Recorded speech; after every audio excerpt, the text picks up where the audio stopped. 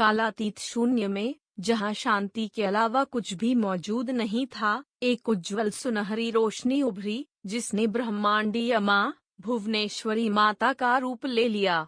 कमल के ऊपर बैठकर उनकी दिव्य उपस्थिति ने शून्यता को असीमित ऊर्जा से भर दिया। उसकी उंगलियों से सृजन के सुनहरे धागे बह रहे थे, जो तारों, ग्रहों और आकाश गंगाओं को अस्तित्व में पिरो रहे थे। उसकी आवाज, शांत लेकिन आदेशात्मक, पूरे ब्रह्मांड में गूंज उठी, वहाँ सद्भाव और संतुलन हो। इस प्रकार ब्रह्मांड का जन्म हुआ और भुवनेश्वरी अपनी अनंत करुणा से जीवन का पोषण करते हुए सृष्टि का शाश्वत गर्भ बन गई। जैसे जैसे ब्रह्मांड फलता फूलता गया, भुवनेश्वरी ने अपने रचना पर नजर रखी। एक प्राचीन जंगल में एक विनम्र भक्त एक पेड़ के नीचे अपने पवित्र मंत्र ओम ह्रीं भुवनेश्वर्यै नमः का जाप करते हुए ध्यान करती थी। अज्ञानता और अराजकता का प्रतीक एक खतरनाक राक्षस उनकी भक्ति को बाधित करने के लिए उनके पास आया। जैसे ही राक्षस ने अपना हथियार उठाया, स्वर्ग से सुनहरी रोशनी का एक विस्फोट हुआ, जिसने भक्त के चारों ओर एक सुरक्षा कवच बना दिया। राक्षस को परास्त कर दिया गया और भक्त कृतज्ञता से अभिभूत होकर दिव्य माँ की अदृश्य उपस्थिति के सामने झुक गया। उसके हस्तक्षेप से उसका विश्वास मजबूत हो गया। अपने लौकिक निवास में भुवनेश्वरी भगवान शिव के साथ बैठी थीं। उनकी असीम ऊर्जा में शांति थी।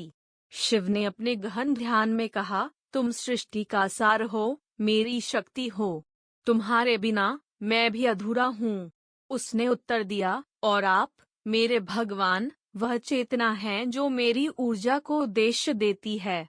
उनका मिलन ऊर्जा और जागरूकता, सृजन और विघटन के बीच सही संतुलन का प्रतीक है, जिससे यह सुनिश्चित होता है कि ब्रह्मांड सद्भाव में बना रहे।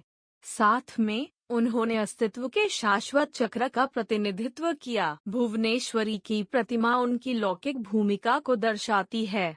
चार भुजाओं के साथ वह भटकते मन को नियंत्रित करने के लिए एक पाश रखती है, अज्ञानता को दूर करने के लिए एक अंकुश रखती है, और दो हाथों से आशीर्वाद और आश्वासन देती है।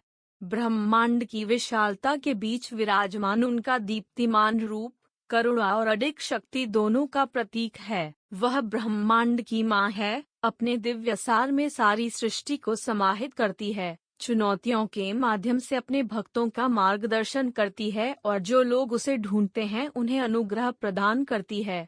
जैसे ही स्क्रीन धुंधली होती है, विशाल ब्रह्मांड अपने अनंत रूप के भीतर एक छोटे से कण के रूप में प्रकट होता है। कथावाचक की आवाज गूंजती है, भुवनेश्वरी माता, विश्व की माता, अंधकार में प्रकाश और हर आत्मा में शक्ति हैं। उनका आह्वान करें और वह आपका मार्गदर्शन करेंगी। मंत्र ओम ह्रीं भुवनेश्वराय नमः ब्रह्मांड में गूंजता है, हमें उसकी शाश्वतता की याद दिलाता है।